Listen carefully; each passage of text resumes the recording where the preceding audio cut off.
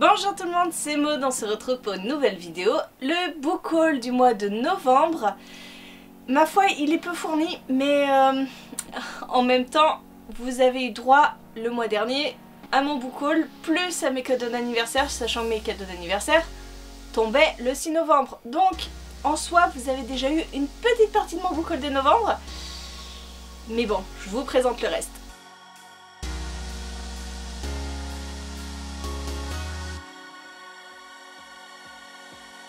Je me suis acheté un livre au mois de novembre, mais comme d'habitude on va commencer avec les services presse. J'ai reçu de la part de chez Milan The Lives of Saints de Leigh Bardugo, un magnifique ouvrage que je vous ai déjà présenté en point lecture. Il est splendide, il est illustré et il reprend des petites nouvelles qui vous parlent de saints qui ont existé dans le Grishaverse, et c'est particulièrement ironique, particulièrement pas sans rire on va dire, avec une bonne dose d'humour noir que j'ai beaucoup aimé. Tout fraîchement arrivé, il s'agit de Un hiver à pile ou face de Kara McDowell, paru chez Milan. C'est un livre qui est sorti depuis quelques temps, je ne l'avais pas reçu, il y a eu un petit raté avec la poste et je suis trop contente de pouvoir lire une romance de Noël. Alors enregistrez bien cette phrase parce que vous n'allez pas l'entendre très souvent sur ma chaîne, puisque je ne lis jamais de romance de Noël. Simplement quand je l'ai vu dans le catalogue, il m'a fait tout de suite envie. Mais c'est pas une romance de Noël si simple que ça. On n'est pas dans un contempo habituel, puisque Paige est une jeune fille de 17 ans qui a beaucoup de mal à choisir. Elle n'arrive jamais à se décider. Donc quand on lui propose deux choix pour Noël, c'est-à-dire je crois un week-end, une semaine, non pas un week-end, une semaine à la montagne avec son meilleur ami dont elle est secrètement amoureuse et un séjour à New York, la ville de ses rêves, eh bien écoutez, ça devient une torture pour elle de choisir. Et elle va faire une mauvaise chute et son futur va se diviser en deux. Ah, vous commencez à comprendre, je pense, pourquoi ce livre me tentait énormément. Voilà, on va être dans des sortes d'univers parallèles où chaque choix est décisif. Et j'avais envie de ça et je suis très contente de l'avoir reçu. Il va bientôt y passer parce que bon, on est un peu dans la période. Le seul et unique livre que j'ai acheté, eh bien c'est un livre en anglais. Oui.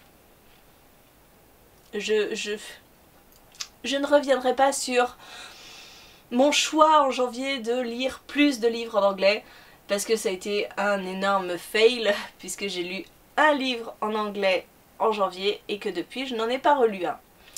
Entre temps, je me suis inscrite dans le Cozy Book Club, qui a été créé par, je pense, des Instagrammeuses que vous connaissez. Je vous mets le lien du groupe dans la barre d'infos. Et voilà, chaque mois je vote pour un livre et ce livre n'est jamais choisi. Jamais. Donc, j'ai eu de la chance parce qu'en décembre il y a eu 2 livres choisis, parce que je suis sûre qu'il ne passait pas sinon. Voilà, 2 livres choisis et donc celui-ci, For the Wolf, de Anna Whitten, et c'est chez quelle maison d'édition? Je sais pas, je vois Orbit. Et il me faisait très envie, même si on est dans une réécriture de contes, ce que je n'aime pas du tout en règle générale, mais là, j'avais envie. Petit chaperon rouge, et depuis que j'ai lu Rouge, je sais pas, j'ai envie de lire des histoires là-dessus. Donc on va essayer, hein. Il est balèze, hein. Quand on lit pas beaucoup en anglais, 430 pages, ça peut faire peur, mais on va tenter ce mois-ci. Et on est le 1er décembre, alors où je vous tourne cette vidéo, vous le verrez le 2.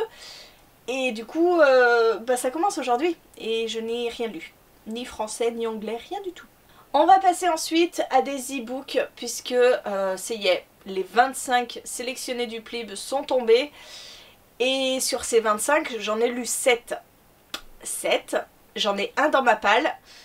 Donc, il était obligatoire d'aller faire un petit tour dans les e-books offerts par les maisons d'édition, donc un grand merci à elles pour jouer le jeu et nous offrir des e-books pour pouvoir se faire notre avis avant de voter pour les 5. Donc j'ai fait une petite razzia, hein, parmi les titres qui étaient disponibles et parmi ceux qui étaient sélectionnés dans les 25. Donc je me suis procuré en e-book Biotaniste de Anne-Sophie de Vriez.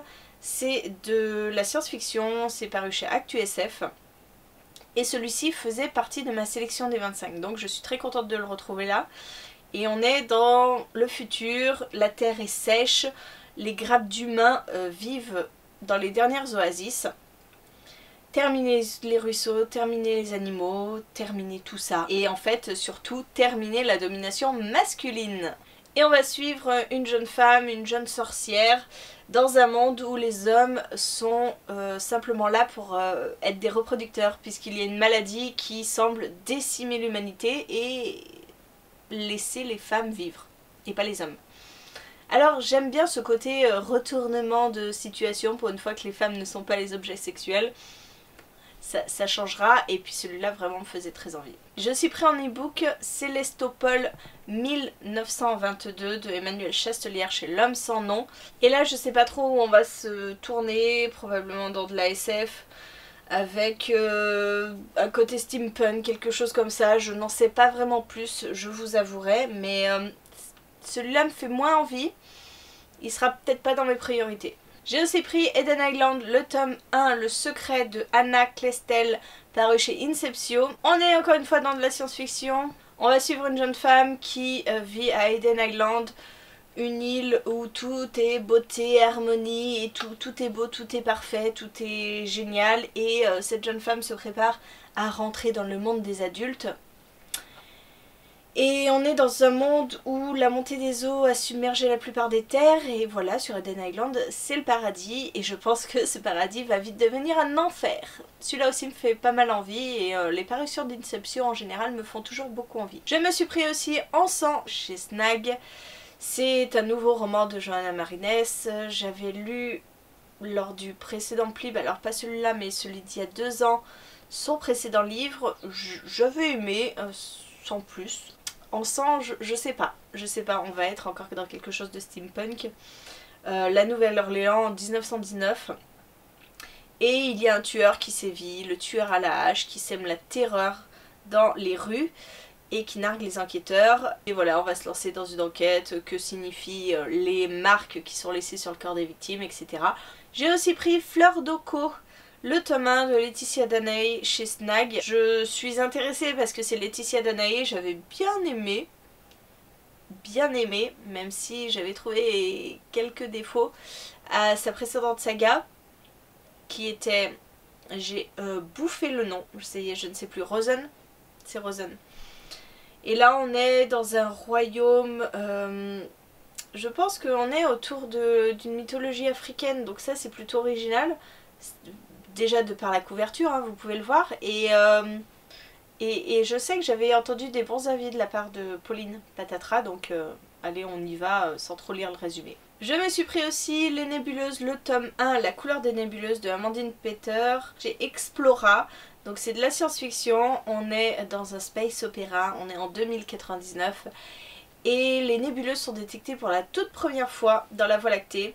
C'est un nuage de particules aux propriétés miraculeuses qui propage la vie à travers la galaxie et qui va devenir une espèce de religion en soi. On va faire un bond de 200 ans dans le futur. Et voilà, je pense qu'on va voir toutes les dérives de cette religion et voir un petit peu tout ça. Ah, du space opéra, ça me fait très envie. À voir comment c'est tourné, mais c'est vrai que j'ai des bons retours sur cette lecture pour l'instant. Je me suis pris aussi Outsphere, donc de Guy Roger Duvert chez Inceptio. On est encore dans une sorte de post-apo de la science-fiction après avoir quitté une terre mourante du fait des erreurs de notre société. L'Arche, premier vaisseau à coloniser une exoplanète, arrive au bout d'un long voyage de 80 ans. Je n'en sais pas plus, mais moi ça m'attire de fou, moi, ce genre d'histoire. Et le dernier, oui, vous avez vu, j'ai fait le plein, maintenant il faut que je trouve le temps de lire tout ça. Le dernier, c'est Prospérine, virgule point, de Laure d'Argelos. Donc c'est Prospérine, virgule point, et la phrase sans fin, j'ai pas dit le titre en entier. C'est chez Rivka, et c'est de la fantaisie. Oui, un roman de fantaisie qui a échappé. Parce que clairement, cette année, la fantaisie n'est pas en surnombre. Beaucoup de science-fiction, mais la fantasy, ça me peine un peu, je dois bien l'avouer. Et on est dans un univers assez original, il me semble, à demi-mot. C'est un village qui aurait pu être ordinaire, mais il est bâti à la limite du texte. Je pense qu'il va y avoir un vocabulaire de dingue, un univers complètement farfelu, mais ça me fait très envie parce que du coup, on est sur l'essence même d'un livre, c'est-à-dire le mot, la phrase, le verbe. Et ça peut être sympa de jouer là-dessus dans un univers de fantasy. Voilà, écoutez, c'est tout pour ce book haul, c'est déjà pas mal je pense. N'hésitez pas à me dire en commentaire si vous avez craqué vous aussi, si vous avez acheté beaucoup de livres, si vous en avez reçu, si vous faites partie du PLIB et que vous aussi vous vous êtes jeté sur les e-books. Encore une fois, merci aux maisons d'édition, merci parce que ça va m'aider à faire mon choix. Il faut juste que je trouve le temps de me poser et de dévorer ces livres parce que comme je vous l'avais expliqué dans ma dernière vidéo, le rythme de lecture c'est pas terrible en ce moment. Donc j'espère pouvoir remédier à ça et pouvoir bouffer un peu du livre. Je vous annonce aussi qu'il n'y aura pas de vidéo dimanche, pas de point lecture d'une parce que je n'ai pas fini de livre à vous présenter. J'ai 2 lectures en cours mais aucune de finie. Et surtout que ce week-end je suis au salon du livre jeunesse de Montreuil, donc clairement je n'aurai pas le temps de filmer et de monter une vidéo alors que je n'ai pas de contenu. Voilà, hein, donc je reviendrai prochainement avec un vlog pour vous montrer un petit peu ce salon, en croisant les doigts pour que d'ici là il n'y ait pas de mesures gouvernementales et que tout ne soit pas annulé. C'est vraiment horrible parce qu'en ce moment on reçoit pas mal de mails en disant que les soirées des partenaires etc s'annulent au fur et à mesure, donc j'ai très peur. Bon bah écoutez, j'ai assez discuté, je vous laisse, je vous souhaite une très bonne journée, de très bonnes lectures et je vous dis à très bientôt pour une nouvelle vidéo.